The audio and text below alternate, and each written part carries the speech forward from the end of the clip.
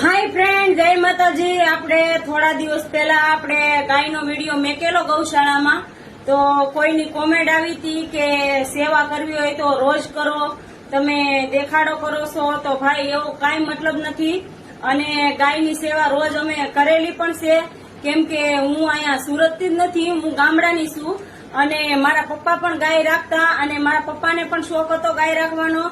ત્યારથી મને બચપનથી ગાય રાખવાનો એટલો શોખ છે, અને દિલથી મને ગાય પસંદ છે।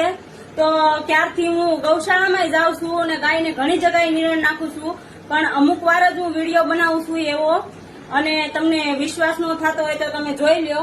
મારા ઘરે પણ મેં ગાયનો ફોટો લગાવ્યો છે, જો મંદિરમાં પણ મારી ગાય છે, આ જો આ ગાય લગાવેલી છે મંદિરમાં, નાની ગાય છે, મોટી ગાય છે, અને આ મારા મમ્મીએ મને આપેલી છે એ ગાય છે, જો તમે જોઈ શકો છો।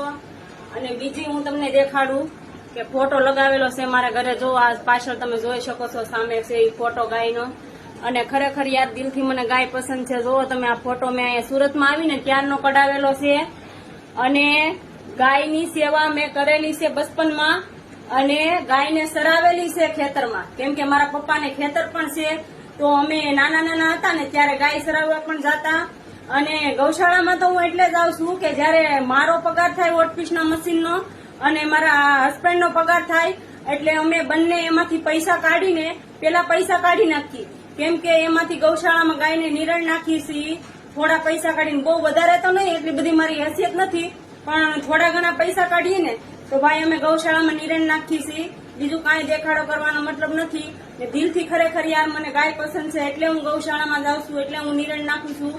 અને તમને બધાને એવું લાગતું હોય કે આ વિડીયો બનાવવા હાટું, તો નહીં, વિડીયો બનાવવા હાટું નહીં, મને ખરેખર દિલથી યાર ગાય બહુ એટલે બહુ પસંદ છે, તમે જોઈ શકો છો। ને હકીકતમાં મારે ગાય મારા ઘરે રાખવાની પણ છે, તો એના માટે મારે સુરત છોડવું પડે ને તો હું છોડી દઈશ, પણ મારું સપનું છે કે એક દિવસ હું મારા ઘરે ગાય રાખીશ। તો તમારું શું કહેવાનું છે, આ સપનું મારું પૂરું